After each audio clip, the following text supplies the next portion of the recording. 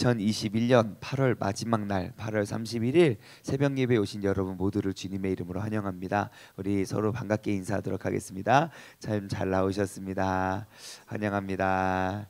네, 좋은 아침입니까? 네, 오늘 또 마지막 날 새벽 예배 함께 하시는 또 온라인으로 함께 하시는 모든 분들 주님의 이름으로 환영합니다.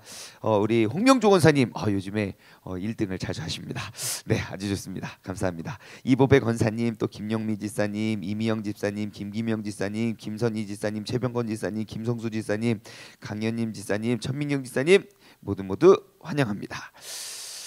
네, 광고 말씀 한 가지 전해드립니다. 내일은 9월 1일입니다. 내일은 9월 1일이어서 내일 새벽 예배는 또 새로운 달의 첫 시간이니까 우리가 또 월상 예배로 드려지게 됩니다. 그리고 내일 월상 예배 때는 또 우리 지난달 하지 못했던 성찬식이 있으니까요. 여러분들 내일 또 우리 새로운 한 달 혼자 나오지 마시고 또 주변에 또 다시 이렇게 우리가 신앙의 회복이 일어날 수 있는 또 옆 주변 사람들을 다 이렇게 깨워가지고 우리가 함께 새벽 예배했으면 좋겠습니다. 오늘 본문 말씀은요, 사도행전 21장 17절부터 26장 32절까지, 사도행전 21장 17절부터 26장 32절까지는 사도 바울이 예루살렘에서 계속 이제 예루살렘에서 체포되었고 그 다음에 이제 로마에 이제 호송이 될 때까지 계속 이곳에 가서 잡혀가고 저곳에 가서 또 신문 받고 이곳저곳에서 계속 이제 거듭된 고소와 그리고 또 변론이 이어지는 내용들이 계속 이어지게 됩니다. 그래서 일로 불려가서 또 이렇게 또 그 변론하고 또 저쪽으로 불려가서 또 변론하고 또 이렇게 변론하고, 오늘 본문이 있었던 22장 30절 그 바로 앞전에 22장의 내용을 봐도 사도 바울이 또 잡혀가가지고 또 막 열심히 변론을 하는 가운데 이제 사람들이 막 분을 삭히지 못하니까 막 그를 잡아다가 또 후드려 패고 막 그랬어요. 막 그러니까 막 맞다가 야 니네 이렇게 로마인을 이렇게 때려도 되는 거야? 그러니까 너희 또 로마인이었어? 막 그러면서 또 웅성웅성 거리면서 어떻게 로마인을 때렸냐, 이거 어떻게 하냐 막 그러면서 이제 천부장이 찾아갑니다. 천부장이 찾아가가지고 야 너 로마 시민권 어떻게 얻었어? 나 원래 나면서부터 로마 시민이었는데 나 얼마 전에 나는 비싼 돈 주고 샀는데, 왜냐면 로마 제국의 사람들이 제국의 시대니까요. 로마 시민권이 얼마나 비싸겠습니까? 그리고 또 로마 시민권이 없이는 어떻게 우리가 이게 천부장은 군인이잖아요. 우리가 어떻게 또 높은 곳까지 오를 수 있겠습니까? 그래서 이제 많은 돈을 들여서 샀는데 얘는 나면서부터 로마인이었던 거예요. 이거 어떡하지 하고 있다가 이제 이튿날 그 다음 날 천부장이 이제 그 사도 바울을 데리고 옵니다.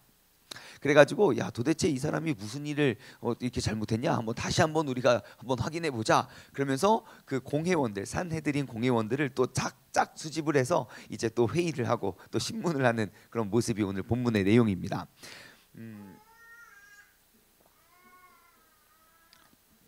네, 우리 다니엘라가 설교 준비를 많이 해왔어요. 네, 자 그래서 이제 공회원 앞에 딱 서게 됩니다. 그래서 이제 또 그곳에서 사도 바울은 어김없이 또 같은 예수님을 전해요. 그러면서 이제 쭉 이야기를 하죠. 여러분 형제들아, 나는 범사의 양심을 따랐다라고 막 이렇게 막 또 이야기를 하다가 사도 바울의 그 변론을 듣고 또 그 공회원들 사이에서 또 싸움이 일어나는 거예요. 그래서 야 이 사두개파들아, 이 바리새파들아 하면서 막 싸워가지고 갑자기 바리새파가 바울이 그러거든요. 나는 바리새인이다. 난 바리새인의 아들이다. 그러니까 막 바리새파들이 얘 우리 형제들이다. 그러니까 사두개파가 야 저것들 막 그러면서 막 또 싸워요. 그러니까 바리새파가 뭐라고 하냐면 갑자기 사도 바울을 두고 이것은 진정한 하나님의 아들이다 막 그러면서 우리가 이 사람을 보니 잘못한 것이 하나도 없다. 여태까지 그렇게 핍박하고 잡아 죽일 때는 언제더니 갑자기 막 얘 우리 편이다 막 그러고 싸워요. 갑자기 이제 싸움의 대상이 바울이 아니라 사두개인들이 되었어요. 막 그래가지고 막 싸우다가 또 큰 분쟁이 생겨가지고 천부장이 딱 보니까 야 이거 이러다가 잡아 죽이겠는데 싶어가지고 또 사도 바울을 샥 끌어냈다. 샥 끌어냈다. 이게 오늘 본문의 내용입니다. 자, 우리 한 절 한 절 우리 이렇게 또 말씀을 찾아가면서 우리가 또 오늘 본문 말씀을 통해서 얻을 수 있는 지혜를 우리가 함께 얻길 원합니다. 자, 능욕과 폭행을 계속 당했던 이제 사도 바울이 이제 자신의 신분을 딱 들추어냅니다. 나는 로마 시민이다. 자, 그래서 그 다음 날 이제 다시 한번 공회원들이 이렇게 모여서 이제 공회를 하는데요. 1절 말씀부터 보시면요. 30장 23장 1절 말씀 보시면 바울이 공회를 주목하여 이르되 여러분 형제들아 오늘까지 나는 범사에 양심을 따라 하나님을 섬겼노라 이렇게 고백을 합니다. 나는 범사에 그러니까 모든 일에 양심을 따라 하나님을 섬겼습니다 라는 것은 나의 마음의 양심과 그리고 나의 행동은 다름이 없는 일치된 그러한 삶을 내가 살아왔습니다 라고 고백을 합니다. 여러분 우리도 신앙생활을 하다 보면 내가 믿음을 지키려고 하다 보면 나의 양심에 거짓된 그런 행동을 할 때가 있습니까? 없습니까? 있지요. 예, 여러분 신앙생활 하시면서 양심에 따라 신앙생활이 그러니까 하나님의 영광이 되지 못하는 그 양심을 속이는 일들이 무엇 있습니까? 오늘 이 아침에 한번 돌아보았으면 좋겠어요. 저는 생각해 보건대 제가 모든 사람들 앞에서 저는 범사의 양심을 따라 하나님을 섬겼습니다 하면 엄청 손가락질을 많이 받겠더라고요. 한 번은 이제 뭐 좀 지난 고백이긴 하지만 제 차에 이렇게 문구를 써서 붙여놨었어요. 제 차에 이렇게 후미에 I pray for 세종. 누군가는 세종을 위해서 좀 기도를 해야 될 것 같아서 나는 늘 세종을 위해서 이게 그 뭐 세종시가 이렇게 커지기 전에 이제 제가 그 차에 붙여놨었어요. 그러다가 저는 이제 양심을 따라 하나님 보시기에 불법을 많이 행하는 사람으로서 과속과 난폭 운전과 불법 주차와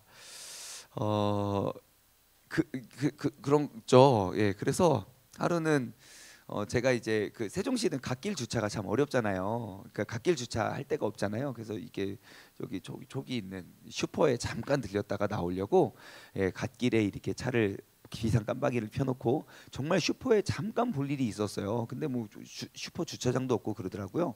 그래서 이제 갓길에 세워놓고 이제 가서 물건을 사고 서둘러 딱 나왔어요. 서둘러 나와서 이렇게 딱 돌아보니까 어떤 여자가 제 뒤에 차를 한 대를 세워놓고 굉장히 비싼 독일 차였어요. 차를 세워놓고 막 씩씩거리면서 왔다 갔다 하면서 막 제 그 앞 유리를 막 후드려 패고 있는 거예요. 괜한 차를 가뜩이나 이렇게 약한 작은 연약한 차인데 막 앞유리를 후드려 패고 있는 거예요. 그래서 나 여기 있다. 왜 운전자가 없는데 거기서 때리고 있냐? 저 여기 있어요. 죄송해요. 그래서 막 아우 죄송합니다 하고 가니까 갑자기 그때부터 대노를 하시는 거예요. 막 손가락을 막 그러면서 여기 지금 차를 여기다 세우면 어떡하냐고 막 욕을 하는 거예요. 나 이게 죽을 죄를 졌구나. 그때 알았어요. 이렇게 갓길에 이게 차를 세워놓으면 이게 죽을 죄구나. 그러면서 막 욕을 하면서 막 뭐라고 하는데 대뜸 저한테 그러는 거예요. 대번 세종을 위해 기도하는 거 좋은데 이거 뭐 교통법규부터 지키라고. 할 말이 없더라고요. 이렇게 불법을 행하고 있어가지고 아니 막 그 사람이 저에 대해서 뭘 알겠습니까? 그쵸? 근데 제가 가기도 전부터 일단 차를 열심히 혼내고 있었고 저를 보자마자 막 그렇게 혼내는데 할 말이 없더라고요. 제가 아니 세종을 위해서 기도하는 건 좋은데 교통법규나 잘 지키고 기도를 하든가 말든가 하라고. 그래서 뗐어요. 나 이제 하나님께 영광이 안 되는구나. 그래서 떼긴 했는데 여러분 오늘 이 아침에 한번 돌아보았으면 좋겠어요. 나는 과연 범사의 양심을 따라 하나님을 섬기고 있는가? 사도 바울은요 그 심판대 앞에서 고백합니다.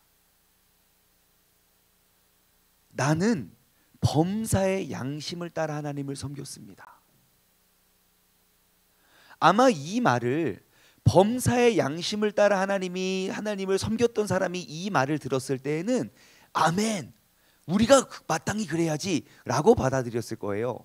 하지만 범사의 양심을 따라 하나님을 섬기지 못했던 사람들이 만약에 이 고백을 딱 들었을 때 마음이 어땠을까요? 덜컹 했을 거예요. 뭐야 이게? 그러면서 대제사장이었던 아나니아라는 사람이 등장을 합니다. 자, 2절에 보면 대제사장이었던 아나니아라는 사람의 특징은 뭐냐? 자, 아나니아의 특징은 아마 범사의 양심을 따라 하나님을 섬기지 못했던 것 같아요. 왜냐? 갑자기 사도 바울이 범사의 양심을 따라 난 하나님을 섬겼다. 그러니까 야, 저 주둥아리 좀 쳐라 막 그래요. 갑자기 양심의 가책을 느꼈는지 몰라도 갑자기 저놈의 주둥아리를 메어 쳐라 그래요. 그러니까 사도 바울이 이르되 그 아나니아라는 사람을 향해 이렇게 비난을 합니다. 이렇게 말을 합니다. 이 회칠한 담이여 그래요. 하나님이 너를 치시리로다. 네가 어떻게 나를 율법대로 심판한다고 앉아서 율법을 어기고 나를 치느냐 그래요. 그러니까 하나님 보시기에 더 의롭고 정직한 사람이 누구냐? 이 회칠한 담이여 그래요. 근데 이제 바울에게 크게 소리 질렀던 사람이 누구인지 사도 바울은 알지 못했어요. 그러면서 회칠한 담이여 라고 말합니다. 여러분, 회칠한 담은 무엇입니까? 우리 회칠한 무덤은 잘 알고 있어요. 예, 회칠한 무덤, 회칠한 담 내나 비슷한 내용인데요. 이 회칠한 담은 뭐냐면 우리가 막 번듯하고 멋지게 지은 그런 튼튼한 세워진 담을 말하는 게 아니고요. 그냥 대충 혹은 정말 겉으로 포장하지 않고서는 이렇게 멋있을 수 없는 그러한 담인 거예요. 그 흙돌로 쌓은 그냥 딱 봐도 너무너무 안 이쁘고 또 뭐 비라도 내리면 이렇게 무너지게 생긴 그러한 담인데 거기다가 회를 깨끗이 칠하면 너무 깨끗하고 멋지고 막 이렇게 화려해 보이는 담이에요. 그러니까 겉은 화려하나 속은 썩어 있는 것. 회칠한 무덤도 마찬가지죠. 예, 무덤 안에 그런 관을 우리가 그냥 이게 썩어져 가는 그런 모든 것들을 나무와 그런 썩어져 가는 그런 시체의 잔재들을 우리가 감추기 위해서 관에다가 깨끗하게 회를 칠하면요, 겉은 화려한데 속은 완전히 그 죽음의 시체 잔재들이 거기 가득하거든요. 그런 것처럼 이 회칠한 담이요. 갑자기 바울이 막 담대해져가지고 욕을 하는 거예요. 그러니까 사람들이 그래요. 야, 너 어떻게 대제사장에게 욕을 하냐? 그거 율법적으로 잘못된 거 아니냐? 또 거기서 또 그러는 거예요. 사도 바울은 야, 저 사람이 대제사장이었어? 야, 미안해, 나 몰랐어. 그러면서 하는 말 5절이에요. 바울이 이르되 형제들아, 나는 그가 대제사장인 줄 알지 못하였다. 기록되었으되 너희 백성의 관리를 비방하지 말라 하였느니라. 그러면서 사과를 해요. 나의 잘못을 깨닫고 미안해 나 대제사장인 줄 몰랐어. 사과를 해요. 근데 이 사과가 더 기분이 나빴었을 것 같아요. 왜냐? 지금 나의 범사의 양심을 따라 하나님을 섬겼던 바울이 있습니다. 그는 겉을 보나 안을 보나 다 하나님 보시기에 내가 양심을 따라 하나님을 섬겼던 사람이었어요. 하지만 지금 그 이야기를 듣고 화가 났던 아나니아는 어떠한 사람이었습니까? 겉으로 보았을 때는 대제사장이었지만 속으로 보았을 때는 그렇지 못했던 거죠. 어쩌면 겉모습 역시 대제사장의 모습처럼 보여지지 않았을 수도 있어요. 왜냐? 사도 바울이 보았을 때 그 사람은 대제사장처럼 보여지지가 않았기 때문이죠. 여러분, 사도 바울은 영적으로 굉장히 깨어 있었던 사람이었고 지난날 11년 동안 1차, 2차, 3차 전도 여행을 돌았기 때문에 지금 예루살렘의 현재 대제사장이 누구이고 그가 어떻게 생겼는지 맨날 인터넷 뉴스를 보지 않았기 때문에 어떻게 생겼는지 알지 못했었습니다. 그러니까 마땅히 대제사장이 누군지 알지 못하는 게 당연해요. 하지만 그래도 딱 보면 알지 않습니까? 이렇게 많은 사람들이 여기는 잘 모를 수도 있겠네요. 대부분의 교회를 가면 딱 가도 담임 목사님이 누군지 한눈에 알아볼 수 있잖아요. 우리 교회는 굉장히 어렵습니다. 신방 가면요, 제가 모르는 사람 집에 이렇게 신방 가면 저는 그냥 패스하고요, 이렇게 하고 제 뒤에 따라오시는 집사님에게 안녕하세요 이렇게 인사를 하는 경우를 여러 번 겪었기 때문에 자, 아무튼 웬만하면 다 알잖아요. 그 포스가 있고 그 아우라가 있어요. 딱 가면 대제사장이구나. 근데 그 아나니아의 모습에는 그게 보여지지 않았던 거예요. 그가 발언을 했음에도 불구하고 저 주둥이 좀 쳐라. 그러니까 이 회칠한 담이요, 오히려 여러분 오늘 이 아침에 우리가 한번 점검해 보았으면 좋겠습니다. 나는 정말 그리스도인처럼 보여지는 사람인가? 내가 범사의 양심을 따라 주님을 사랑하고 주님 앞에 나아갔던 그러한 그리스도인인가? 아니면 회칠한 담인가? 주님을 알지 못하는 사람들이 나의 삶의 모습을 보았을 때, 아, 이는 범사의 정말 그리스도인이다, 정말 어디를 보나 예수 그리스도를 닮은 사람이고 그 그리스도의 빛을 비추는 사람이다 라고 보여지는가? 아니면 정말 이 가식덩어리로 보여지는가? 오늘 우리의 삶을 다시 한번 점검해 볼 수 있는 시간이 되기를 원합니다. 자, 6절 말씀부터 보시면요, 6절부터 9절까지는 아까 잠깐 말씀드렸던 대로 사두개인과 바리새인들이 싸우는 모습입니다. 6절 말씀 보시면 바울이 그중 일부는 사두개인이고 또 다른 일부는 바리새인인 줄 알고, 딱 보니까 의상부터 다르거든요. 바리새파와 사두개파. 그래서 이제 공회에 서서 이제 외칩니다. 여러분 형제들아, 나는 바리새인이고 또 바리새인의 아들이라 죽은 자의 소망 곧 부활로 말미암아 내가 신문을 받노라 그래요. 그러니까 대뜸 바리새파하고 사두개파하고 싸움이 일어나는 거예요. 여러분 지금 이들이 하나가 돼서 사도 바울을 대적해야 되는 거 아닙니까? 근데 대뜸 왜 주적이 갑자기 바뀌었습니까?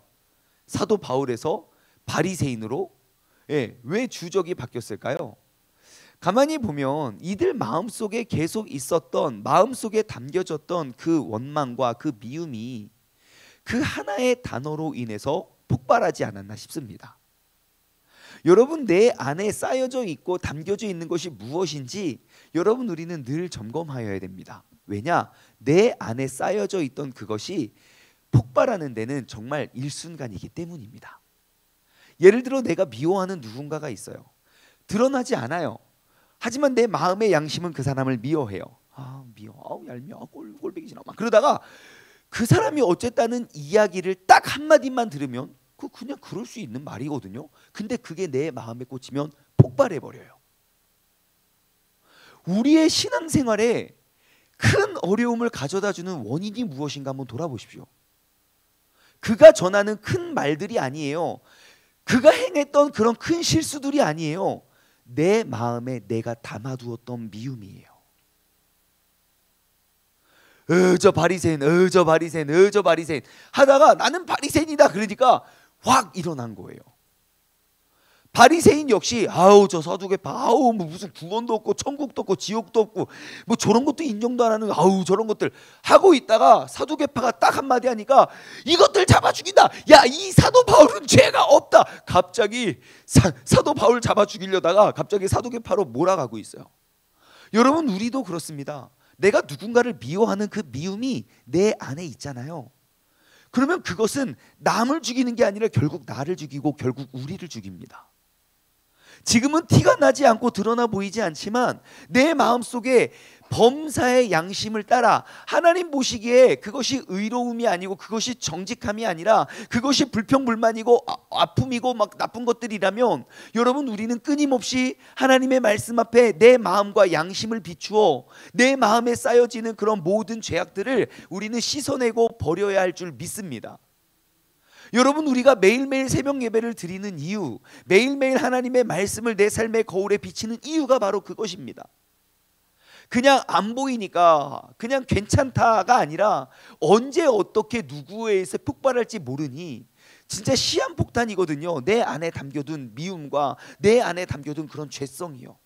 내가 계속 죄를 계속 묵상하고 계속 죄를 묵상하면요, 그거 언제 폭발할지 몰라요. 정말 이 사람에 의해서 저 사람에 의해서 이 어떠한 미혹에 의해서 내가 넘어질지 몰라요. 하지만 사단은 알겠죠. 어떻게 건드렸을 때 넘어질 거라는 걸. 그러니까 우리가 묵상해야 되는 건 내 안에 피어나는 그런 죄성이 아니라 내 안에서 나에게 끊임없이 나의 양심을 통하여 말씀하시는 그 성령님의 음성을 묵상해야 된다는 거죠. 여러분, 오늘 다시 한번 내 마음에 있는 그런 모든 죄성은 무엇인지 우리가 돌아보고 우리가 내어놓을 수 있는, 정말 내 안에 그 나쁜 것들을 계속 담아두고 쌓아가는 것이 아니라 내 안에 계신 그 성령님을 가장 크게 의지할 수 있는 우리 모두가 되기를 소망합니다. 자, 마지막으로 그날 그 큰 분쟁이 일어났어요. 보니까 천부장이 봐도 10절 큰 분쟁이 생겼어요. 이 싸움이 너무너무 커졌어요. 그러니까 천부장이 보니까 나 이 사람 뭘 잘못했나 신문하려고 불렀다가 바울이 그들에게 찢겨질까, 너 때문에 그렇잖아, 찢어! 막 그러면서 찢겨질까 두려워서, 군인이니까요, 군인을 명해서 야, 쟤 빼놔라. 그러니까 이제 사도 바울도 마음에 두려움이 있어요. 근데 그날 밤에 주님께서 사도 바울을 찾아가서 위로하십니다. 뭐라고 하냐면, 그날 밤에 주님께서 바울의 곁에 서서 이르시되 담대해라, 내가 예루살렘에서 나의 일을 증언한 것 같이 로마에서도 증언하여 할 것이다. 여러분, 이게 위로입니까? 아니면 이거 욕입니까? 예? 지금 맞아 죽게 생겼는데 괜찮아 바울아, 내가 사두개인과 바리새파 내가 다 잡아줄게, 이러면 되게 위로가 될 거예요, 그렇죠? 근데 괜찮아 바울아, 담대해, 이런 일 또 당할 거야. 여러분, 조금 더 위로가 되지 않을 것 같지 않습니까? 예, 하나님의 위로, 그 주님의 위로는요, 위로가 되지 않았을 것 같아요. 근데 여러분, 이것만큼 좋은 위로는 없는 것 같아요. 왜냐? 하나님의 위로는 담대함이지 환경의 변화가 아니었어요. 지금 사도 바울에게 필요한 건 담대함이지 회피가 아니었다는 거예요. 여러분, 하나님은 때로는 문제를 없애주시는 방법으로 내가 그 어려움을 이기게 하실 수 있지만, 대부분은 하나님은요, 그 문제를 내가 능히 싸워 이길 수 있는 힘을 주십니다. 여러분, 문제 앞에서 두려워하고 있으면 하나님, 내가 너무 두렵고 너무 어렵고 너무 힘들어요, 내가 이 상황 속에 어떻게 이겨나갈 힘이 없습니다 라고 기도를 하면, 우리가 원하는 응답은 그 문제와 어려움을 없애주시면 내가 만족하고, 정말 나를 공격하고 내가 미워할 수밖에 없는 그 사람의 눈앞에서 사라져야 정말 내 마음에 평안이 올 것 같이 우리는 생각하지만, 아니요, 하나님은 그 문제와 그 어려움을 능히 극복하고 이겨낼 수 있는 힘을 주십니다. 내가 그 상황을 내가 능히 감당할 수 있는 담대함을 주신다고요. 그러면요, 어떠한 변화가 생기느냐, 내 안에 미움이 그 사람을 능히 사랑할 수 있는 힘으로 바뀌면, 여러분, 우리는 담대함으로 그와 같은 사람들을 품어낼 수 있는 나의 사랑의 반경이 넓어지게 되는 거예요.